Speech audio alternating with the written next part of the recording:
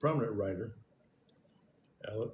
Alois Huxley, said in an interview, said, I quote, I had motives for not wanting the world to have a meaning and consequently assumed that it had none and was able without any difficulty to find satisfying reasons for this assumption. The philosopher who finds no meaning in the world is not concerned exclusively with a problem in pure metaphysics. He is also concerned to prove that there is no valid reason why he personally should not do as he wants to do.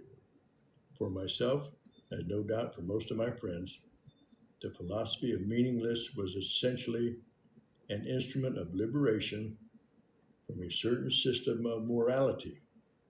We objected to the morality because it interfered with our sexual freedom. Okay, that's fine. Like I said, if that's what you want to do, you've got free will. Please go and do it. Okay? Don't force others to do it, would be my recommendation. Okay? That's God's recommendation. It's also one of the sins if you do that, force people or bring them around to corrupt them, to make them do other evil things. That's a sin. But if you don't believe in God, it's not a sin. So go do what you're going to do. And like I said, you could discuss that later on with God when it comes to time, or he won't discuss it with you. He'll just send you straight downstairs to the place you do not want to go. Right? So belief in a divine being is accompanied by a sense of accountability to that being. Okay? If I believe there's a God, then my conscience tells me I should do the right thing, and I'm believing in God, then I should do what the Bible says I should do, the Ten Commandments. You know, that's what the accountability is they're talking about. To escape the condemnation of conscience, which itself was created by God, this is him still talking. He understands God created your conscience. Okay?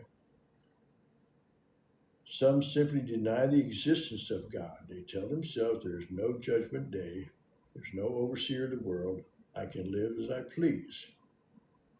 The moral pull of the conscience is thus more easily ignored. Okay? So trying to convince yourself there's no God is not an easy job to begin with, okay? Because your conscience is sitting there saying, are you sure?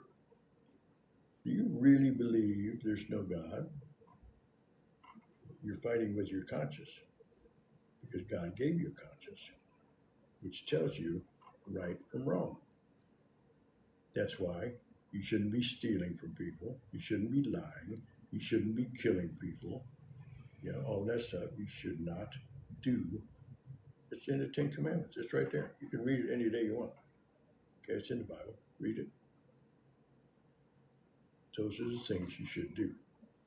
Do unto others as you would have others do unto you. That's the golden rule. So you don't want people trying to kill you or murder you or rape you or whatever else. You don't want that to happen. But so for the same reason, you don't want to go out and do that. Okay? You want to follow the Ten Commandments. But if you're an atheist or you truly believe that there's no moral law that applies to you, you're going to go do whatever you want. Okay? And that, my friend, is not going to turn out well for you. Trust me on that one. A lack of evidence of God's existence is not the true reason atheists reject a belief in God. Their rejection is due to a desire to live free of the moral constraints God requires and to escape the guilt that accompanies the violation of those constraints. Yeah, do whatever you want. It's up to you. Nobody going to stop you. You can all day long. I'm not going to argue with you. Some people would sit there and argue with you. Scientists want to claim the universe was created by a spark, a little tiny spark that exploded nowhere, and all of a sudden the universe was created. Uh, if there was nowhere, where did the spark come from that exploded to create the Earth and all the planets and all the stars? Excuse me, that doesn't make any sense. So you've got to have a creator. The creator is the one morally that you have a moral responsibility to. But you don't have to, okay? I'm not going to say that you need to or that you have to. That's not my position. Very famous atheists on their deathbed had some very strange words to say about God. David Hume, for example, who was an atheist philosopher, famous for his religious skepticism, cried out on his deathbed, "I am in flames." It is said his desperation was a horrible scene. And the guy that watched it said, I don't want to ever see that again. Nah, no good, not a good idea. He was in flames. He was already knowing where he was going. Okay. Sir Francis Newport, another one. He was head of an English atheist club. Okay.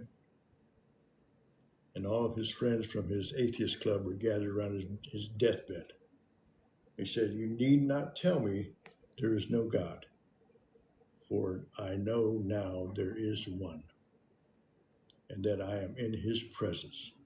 You need not tell me there is no hell. I feel myself already slipping. Wretches, cease your idle talk about there being hope for me. I know I am lost forever. Oh, that fire. Oh, the insufferable pangs of hell. Oh, that I could lie for 1,000 years upon the fire that is never quenched to purchase the favor of God and be united to him again. But it is a fruitless wish. Millions and millions of years will bring me no nearer the end of my torments than one poor hour. Oh, eternity forever and forever. It is the insufferable pangs of hell." He's dying. And all of a sudden he realizes, hey, there is a God. Hey, there's a hell, and that's where I'm going. You know, that's what happens when you declare all your life that there is no God. What you've done is you have hardened your heart against God. You don't believe in him. You don't trust in him. You don't worship him. You've hardened your heart against him, like Pharaoh did. But when you harden your heart, God says, okay, you harden your heart against me? Fine. I don't know who you are. You're going to show up when you die. And the only thing he's going to say is, get away from me. I have no knowledge of you. I don't know who you are, what you've done, nothing. Get away. And the only place for you to go when God throws you out of his presence is straight to hell. It's not what you really want to do. But, you know, it's your free will. I'm not going to tell you you can't. I know what I do, okay? I want to go to heaven. I trust in Jesus. I trust in God. And I know that they're going to keep me from all harm. I've been blessed by God so many times. I can't imagine. I don't have all day to explain it to you. Okay, put it that way. So many times I've been blessed by Jesus. My heart is open to him anytime and all the time. I'm not hardening my heart against God. No, you do not want to do that. Trust me. But it is your choice.